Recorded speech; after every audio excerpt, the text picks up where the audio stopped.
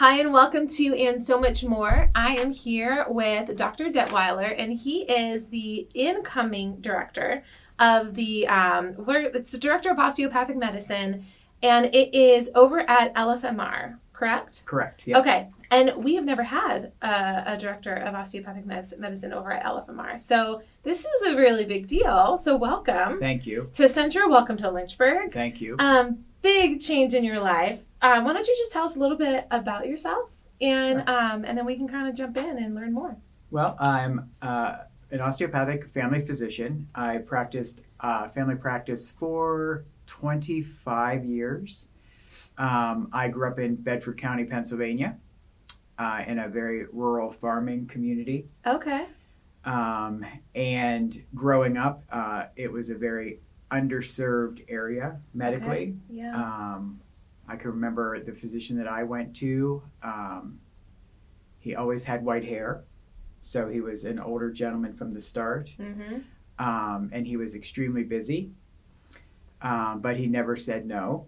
And I did ask my folks the other day. He never took appointments. You could just walk in his office. Oh, wow. So that's just a different culture. It is, and I really believe it was purposeful on his part. Yeah. And that's why I've always practiced in underserved communities my whole entire career. And that's really what attracted me to the Lynchburg area. Yeah. To have the opportunity to be involved with, osteopathic education, at the graduate level, making doctors who understand that serving in primary care roles, communities that don't have doctors, is really my passion, is to place good doctors in communities that need them the most. Because I still believe very much that it matters. It does. To have a good family doctor. It really does. And, we talk about so many different topics on this podcast. And a lot of highlights of Health Awareness Month. So, it's Lung Cancer Awareness Month this month, palliative care, hospice care, but then there's, Breast Cancer Awareness Month. And we talk about new services and new techniques and just all the things that are happening in the healthcare world. And in almost every one of those conversations, it says you have to have a relationship with your primary care provider, with a primary care provider. Having that relationship is so key to getting ahead of all of the things that are discussed at a higher level. Unfortunately, we have to have a Lung Cancer Awareness Month because that is a huge issue. And not to say that it's because people don't talk to their primary care doctor, but having that relationship and being open and honest and someone knowing what's going on in your body, receiving feedback and advice from somebody who is in that clinical role can make such a difference in your life. And I love what you're saying about underserved areas too, which is interesting that you're Bedford County, Pennsylvania, right. And we have our Bedford County, Virginia, and it's very similar. This is a very underserved area, and so I was going to ask you what drew you to this area, but that definitely answers my question. For those who are listening, because you are Doctor of Osteopathic Medicine versus what we have a lot which is an MD, and we do have some DOs here at Centra. But how would you explain the difference between osteopathic medicine and then that traditional MD? It's a question I get quite often, and the answer is very basic. Mm-hmm. We are 100% trained equally in modern medical techniques, surgery, all specialties as DOs, as our MD colleagues. Okay. The thing that differentiates our profession is our approach to how we practice and deliver healthcare. Okay. Being an osteopath is based on 4 very basic things. From our founder, Andrew Taylor Still in the late 1800s, who was born in Virginia, by the way. Of course. He said that humans and taking care of humans requires you to understand that we are a mix of mind, body, and spirit. And that you cannot effectively care for someone's health if you don't recognize that we are a combination of all 3. Yeah. The second thing that he said was that structure has function. Okay. which for the late 1800s was very forward thinking. Yeah. The third thing that he stated was that the body is capable with the proper support to heal itself of most things. And back then, before antibiotics, before the germ theory and all of that, that too was very forward thinking. But he observed people getting better with very little supportive care, that the body could heal itself. Yeah.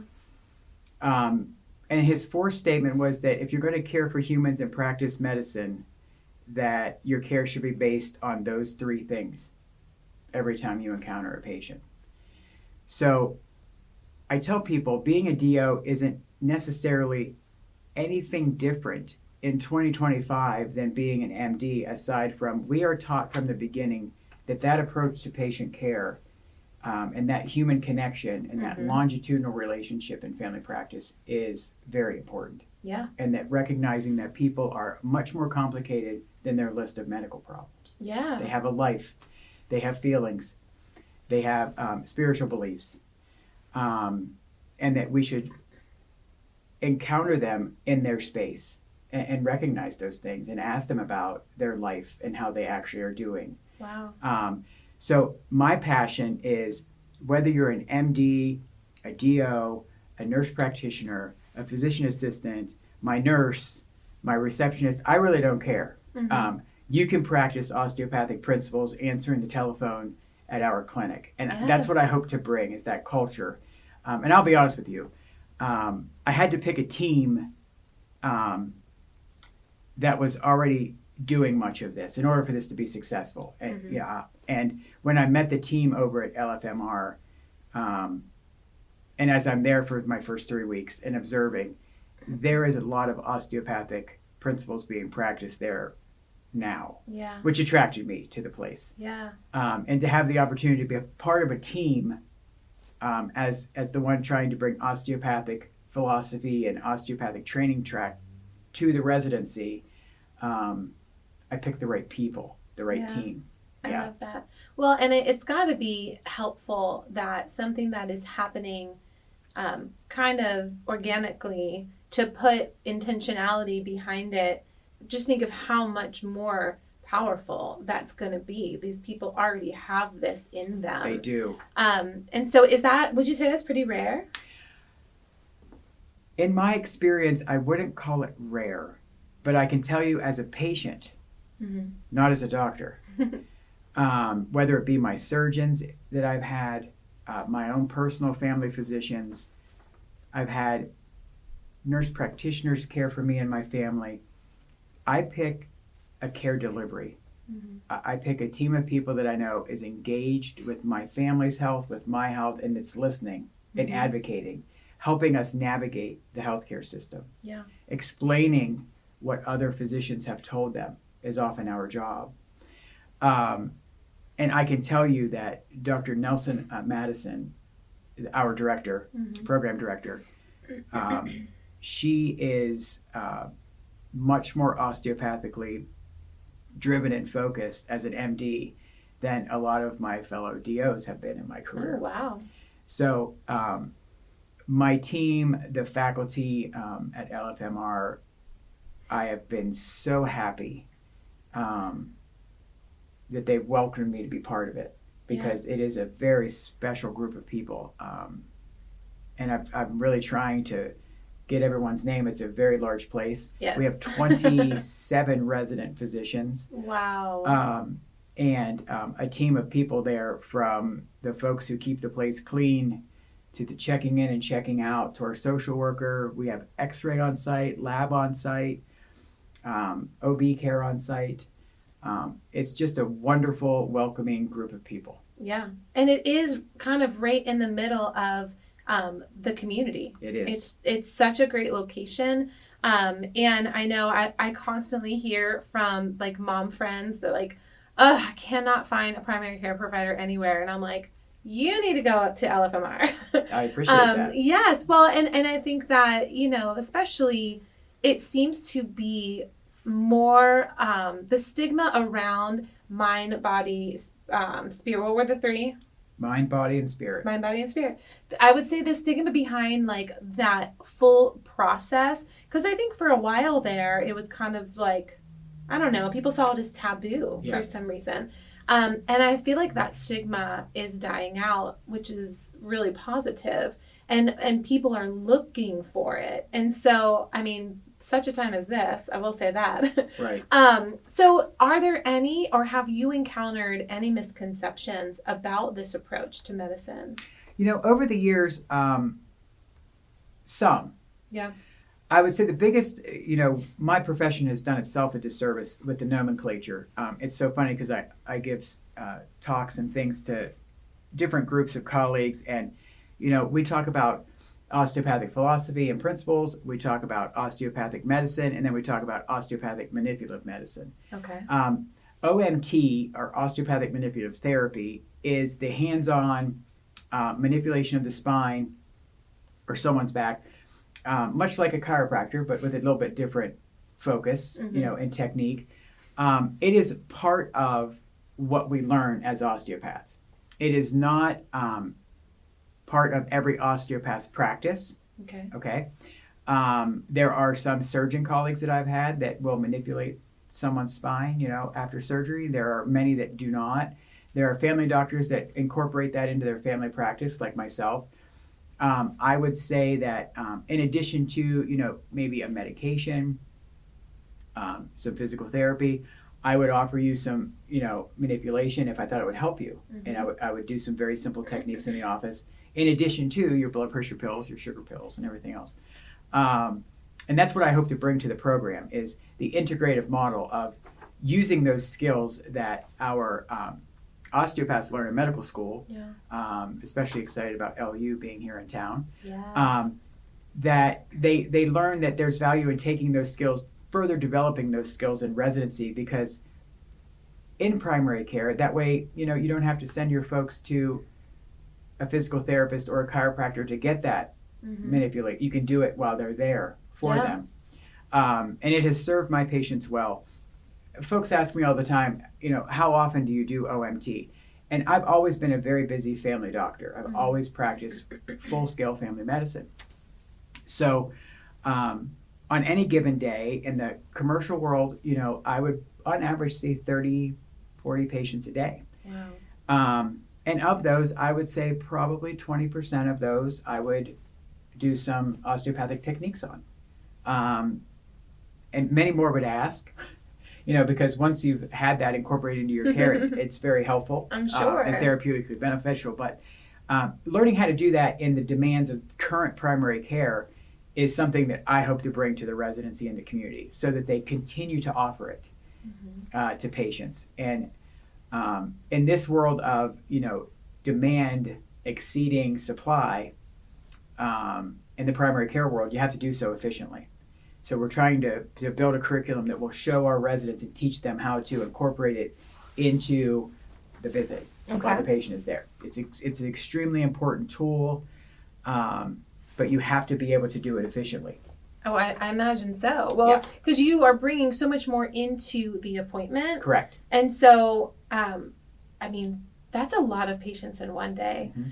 So as you are really instilling this on the residents, what does that look like, or how is that this philosophy going to change their training or impact their training? I would say in this current environment, our graduates are new physicians coming into practice, and our medical students coming into residency. The tides have shifted in the payer world of medicine since I started 25 years ago. But I can tell you that the healthcare system is now focusing on value, and they're focusing on outcomes. Easy way to look at that is, as a physician, are your patients who have diabetes well controlled? Okay. Are your patients that have high blood pressure, are their blood pressures controlled?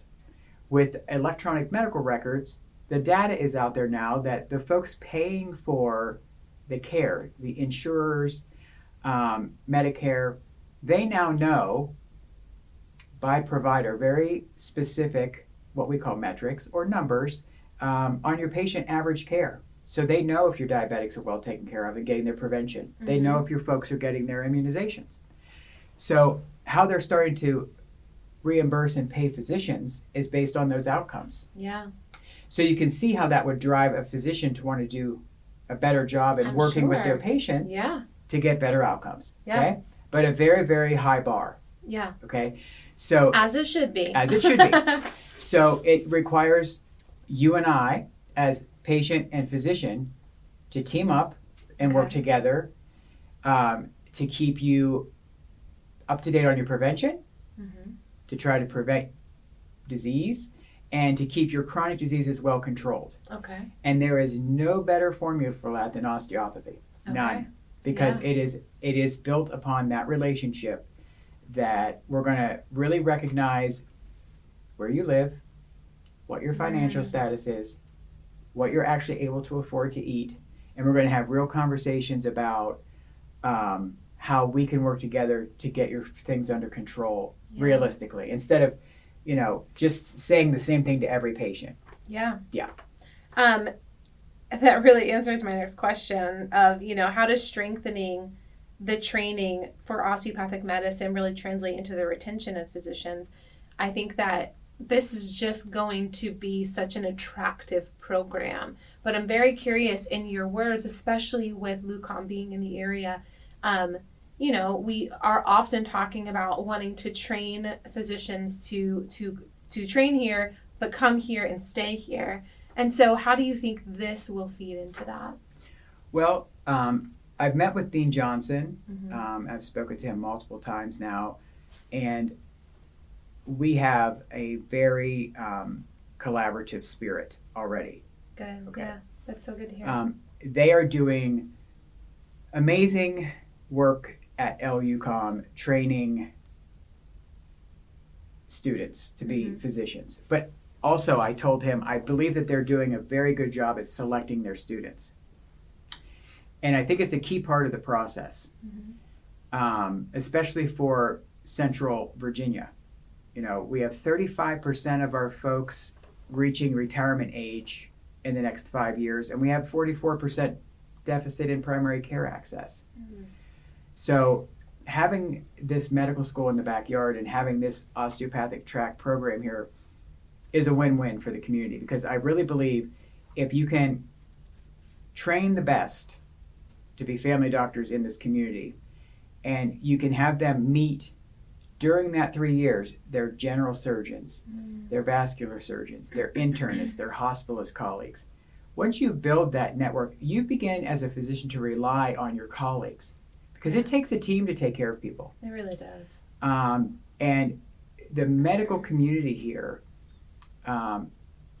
collaborating with us and collaborating with LUCOM, I really feel like we can train physicians here that are the best of the best, that are really patient-focused, to stay here, because there'll be a comfort level of wanting to work with the colleagues that help train them. Yeah. I can't do my job without every single person on my team, including my obstetricians, my surgeons, my colleagues at the ICU nurses. All of that becomes so important. It maybe as a patient you don't realize it, but at the end of the day, it helps you as a primary care doctor know that your patients are in good hands, because you kind of send them out there and then they come back 3 months later, and you have to entrust the team that's taking care of them, that you're relying upon for the expert opinions. Yes. And if we can instill that in our residents, they will stay here and practice. Yes. And that will strengthen this health system. It will. Over time. That pipeline, should we call it a pipeline? of providers coming and staying, and then building that collaboration. Yeah. I just see this as such a positive moving forward. It's such a huge impact, not just at LFMR, but throughout the whole health system. So what would you like, or what do you think would be important for our patients in our community to really know about this change? And it is a change, but I'm hesitant to call it a change, because it's kind of like an evolution of care over at LFMR that should be then kind of bleeding out across the whole health system. So what would you like patients in our community to know? Well, I think I'm joining a residency and an organization at LFMR that is already practicing some osteopathic medicine. Mm-hmm. They've just decided that it's such an effective care model that they want to put a focus on it. Yeah. And as a blended residency where we have MDs and DOs, I think that's telling, because I can tell you sitting here that in the last 3 weeks, every single one of the MDs in the building and every single one of the residents has shown a lot of excitement about learning about this philosophy as well. So I feel like the patients in the community need to know that we're there for them. Yeah. And that we're starting an OMT clinic at the residency where you can come and actually be seen for musculoskeletal issues from an osteopathic perspective. Okay.